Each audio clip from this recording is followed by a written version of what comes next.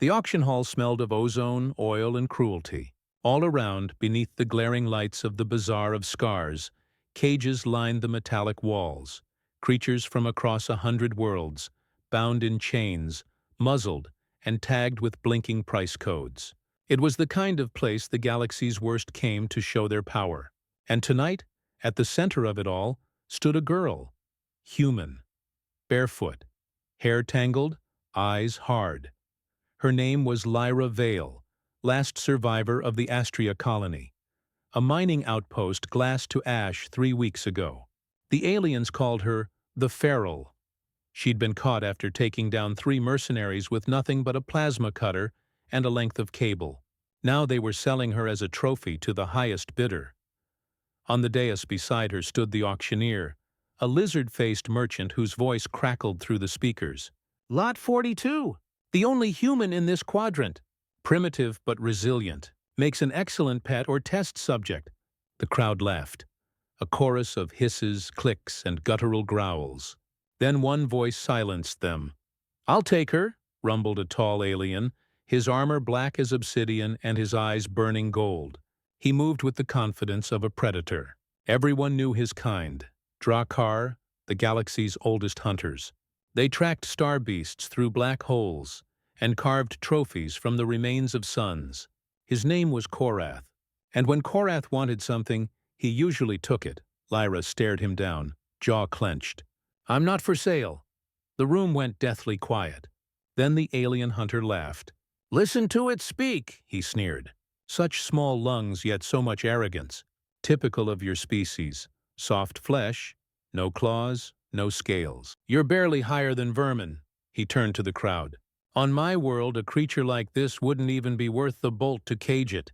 The aliens chuckled. Some jeered. Some spat toward her cage. Lyra's heart pounded, but her stare didn't waver. "Maybe on your world," she said, voice steady. "But where I come from, we build worlds. You just destroy them."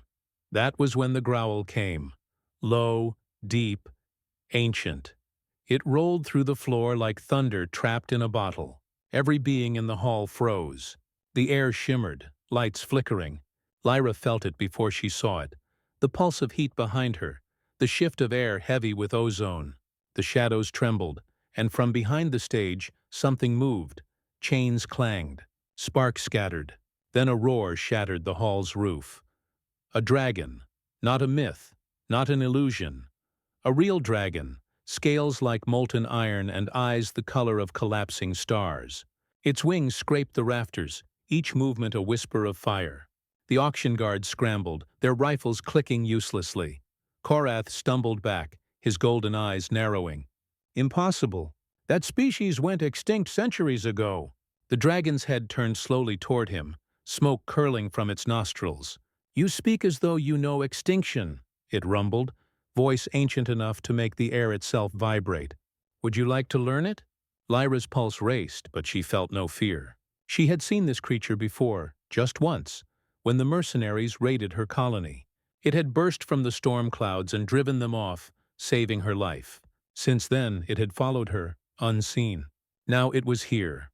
Korath drew his blade, a glowing fang-shaped weapon forged from neutron steel. "You protect this thing?" he spat, gesturing to Lyra.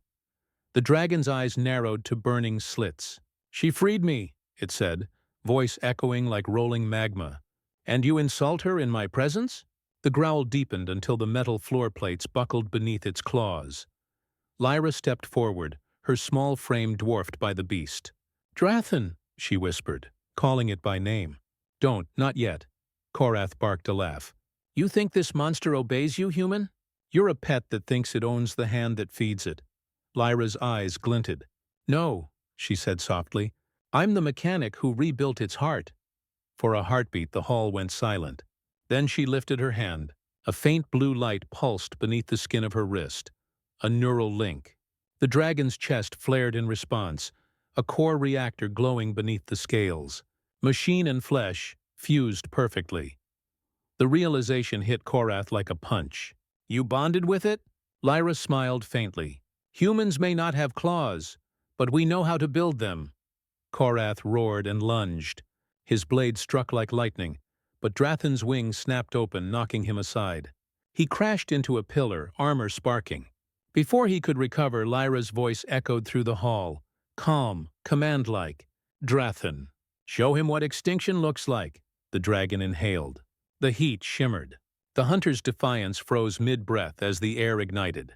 A torrent of plasma fire tore through the dais, engulfing Korath in white light. When it faded, nothing remained but scorched metal and silence. The crowd fled in terror. The auction hall burned. Lyra turned toward Drathan, her voice trembling between exhaustion and wonder. "You didn't have to kill him." The dragon's vast head lowered until its molten eyes met hers. "You didn't have to defend me from his words," it said. "Yet you did." She reached out, her hand resting against the smooth warmth of his scales. "Guess that makes us even." He rumbled, a sound like a mountain exhaling. "No, little maker. You gave me life. I give you mine." They left the ruins behind that night.